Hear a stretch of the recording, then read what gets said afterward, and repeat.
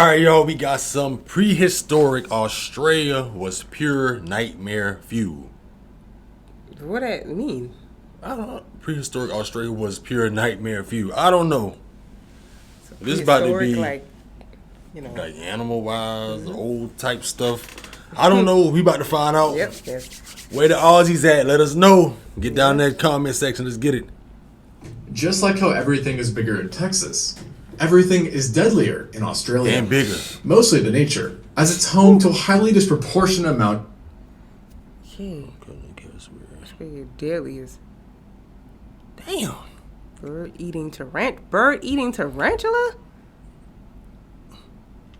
What else it got? Oh, trapdoor spider. Oh, no, trapdoor spider. Is it true that the spiders down there are like huge? Right. Like they show us here in the States, like because on the videos they be showing like spiders about big spiders, and y'all just treat it like it's normal. We would have been on flip out, like I guess lost because our we mind. here in America, so we're not used to that. But No big spiders like that. Whew, Is that true? Potentially lethal animals, having more venomous species than all but 2 countries. Yet, it takes the cake when only considering venomous animals that are fatal to humans. On top of this, it is home to 20 of the 25 most deadliest snakes in the world, including all of the top 11. And it's the native country of one of the only birds known to occasionally kill humans, the cassowary. Meanwhile, you also have the classics like the saltwater crocodile, great white shark, spiders, and potent jellyfish. That spider was big. The saltwater crocodile, great white shark, spiders. And that's is that in somebody's car? You see how that looked like somebody's car, but I would lose my mind. I would be done wreck. Throw the whole car away, burn the car, whatever. I don't care. If that spider fall and go up under the seat somewhere, I'm out of there. Oh, go in my head. Oh my. Oh. Ooh. Potent jellyfish. And in case you needed a little more proof that Australia really is the land of nope, you should know that it's where some of the largest insects in the world call home, is one of the few places where pine cones can kill you, Ain't no way. and is where the top 3 largest wildfires in the 21st century took place. The list could go on and on, but you get the idea. So it may be hard to stomach the fact that Australia is actually much more tame than it used to be. And I'm not talking about the fact that it used to be home to dinosaurs, but rather giant monitor lizards and terrestrial crocodiles, just to name a couple. And surprisingly, you don't even have to travel that far back to arrive at this forsaken Australia, as it reached its peak in chaoticness about 50,000 years ago, which is right around when humans first arrived. Talk about good timing. Back in those days, reptilian predators, not mammalian, ruled Australia.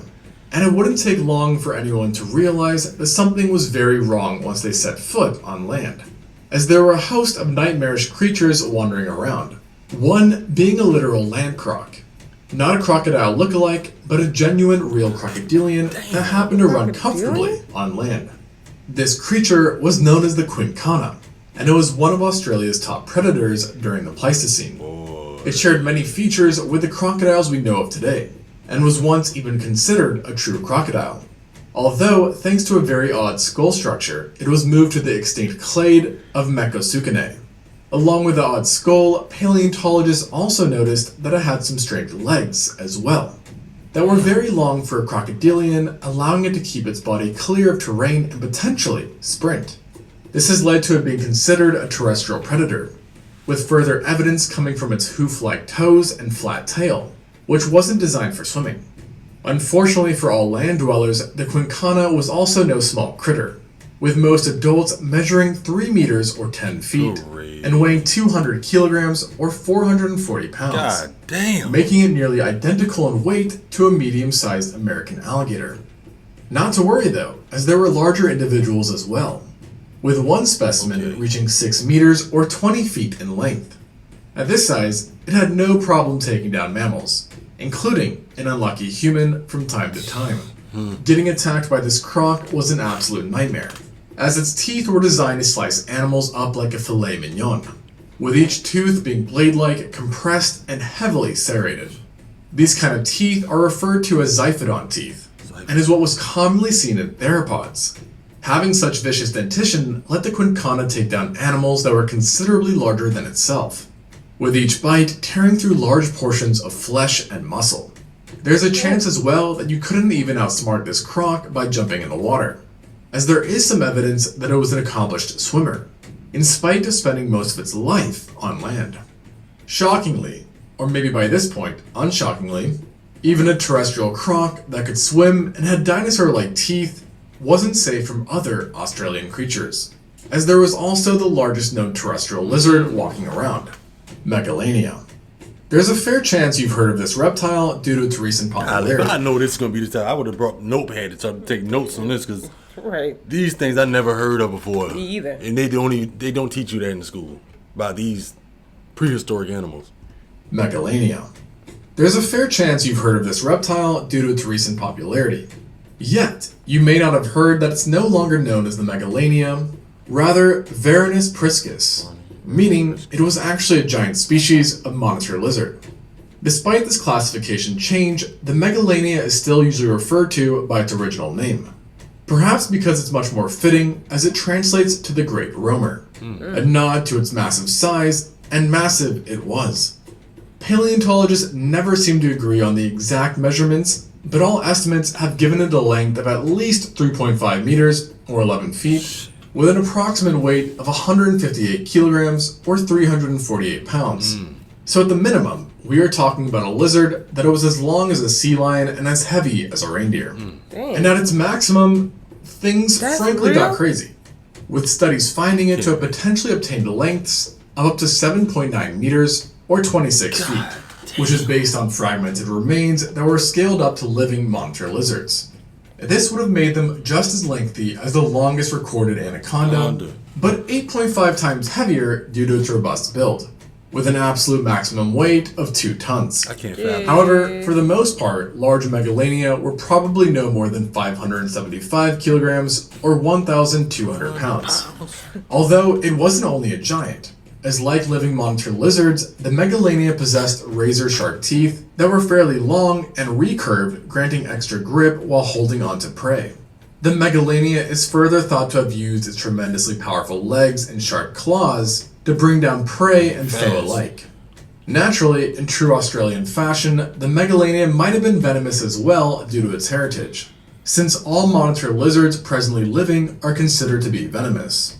Their venom, similar to what is seen in some snakes, works as an anticoagulant, meaning it prevents blood from clotting, which leads to shock and infections as it keeps wounds open for longer periods of time. And because the Komodo dragon, also known as the Komodo monitor, is the Megalania's closest living relative, certain paleontologists believe that the two shared similar hunting tactics of biting prey, retreating, and then letting the venom do the work.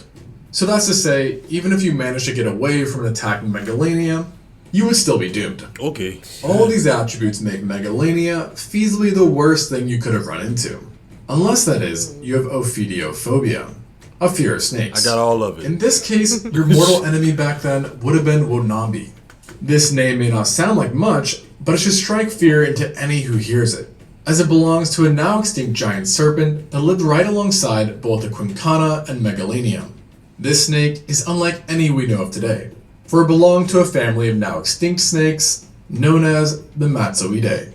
Snakes from this family were primarily characterized by somewhat inflexible primitive jaws and giant sizes, with the Wonabi being one of the biggest. It didn't quite reach the length of the longest living snakes of today, but came awfully close, with the larger specimens having a length of 6 meters or 20 feet, equivalent to a large Burmese python. Luckily for us, the Wonabi did break the Australian trend of possessing venom.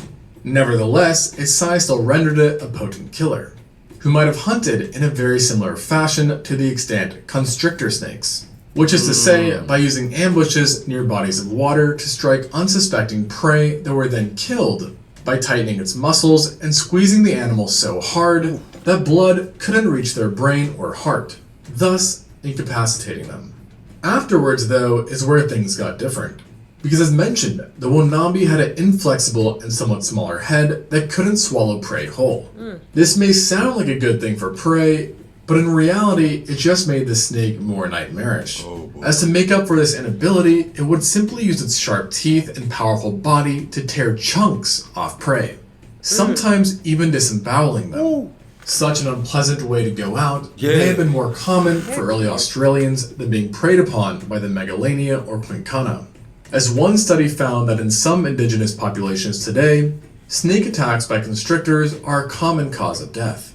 By now, it would be reasonable for you to wonder how any mammal could survive living with so many reptilian horrors. Right. And the answer is, the mammals were just as crazy. Best exemplified by the thylacoleo. This mammal is best known for its immense size, with adults being the largest known mammalian predators to ever live in Australia. On average, specimens were about the same size as a European wild boar, while the largest thylacoleo were on par with fully matured female lions and tigers, with whom it also shared a few characteristics. Yet, this was no feline. Far from it, actually, as the thylacoleo was really a marsupial mammal that is most closely related to the koala. And like the koala, it's thought that the thylacoleo had a smaller brain. However, in its case, a smaller brain was a huge advantage, as it gave the skull more space for extremely dense muscles and wide sturdy bones. That ultimately led to the strongest bite, pound for pound, of any known mammal.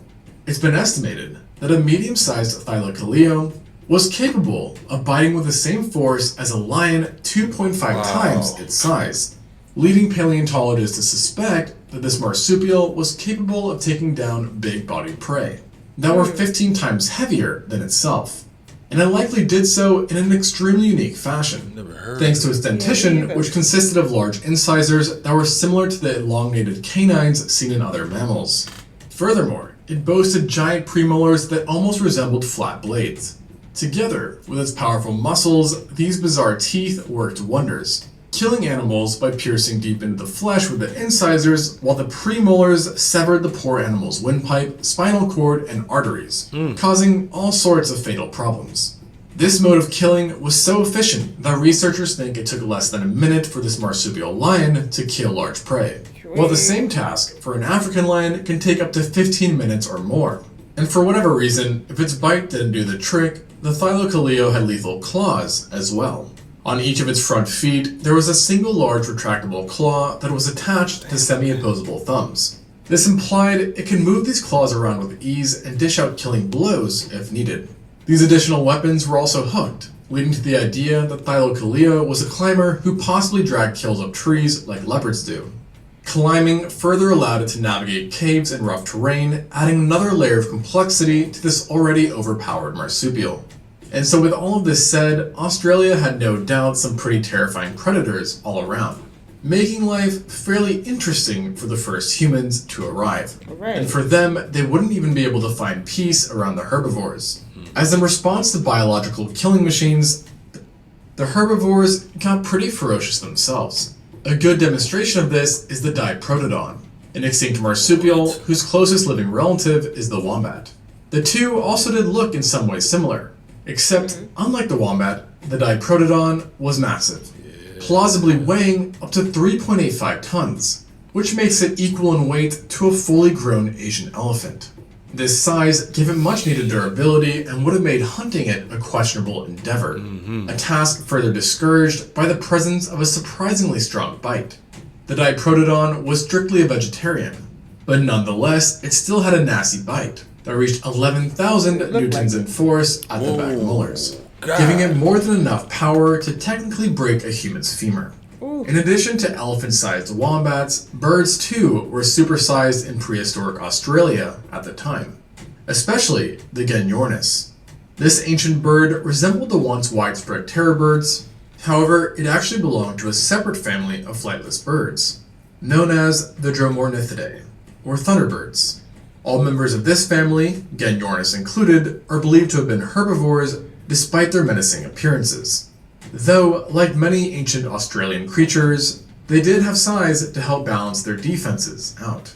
The Genyornis in particular routinely grew to heights taller than humans, with the average individual coming in at 2 meters or 6.5 feet. Moreover, this bird had giant robust bones that gave it durability and heftiness, resulting in it weighing a full quarter of a ton.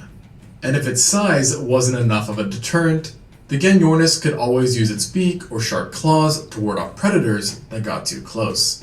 By now, it should be obvious that ancient Australia was the last place you'd want to visit. And just to really drive it all home, remember that nearly every dangerous animal in Australia today was also still around back then. And that's not to mention other extinct animals which I didn't mention, including large turtles and additional extinct crocodilians like the Prehistoric. And of course, nature itself was also harsh with extreme droughts being present. And yet, despite all of these odds, humans still survived in Australia. In fact, not only did they survive, but they managed to thrive and dominate the lands, with evidence showing that they preyed upon multiple of the megafauna mentioned today, suggesting that maybe we were actually the scariest animals around during those times. Okay. Thanks for watching, and until next time on Extinct Zoo.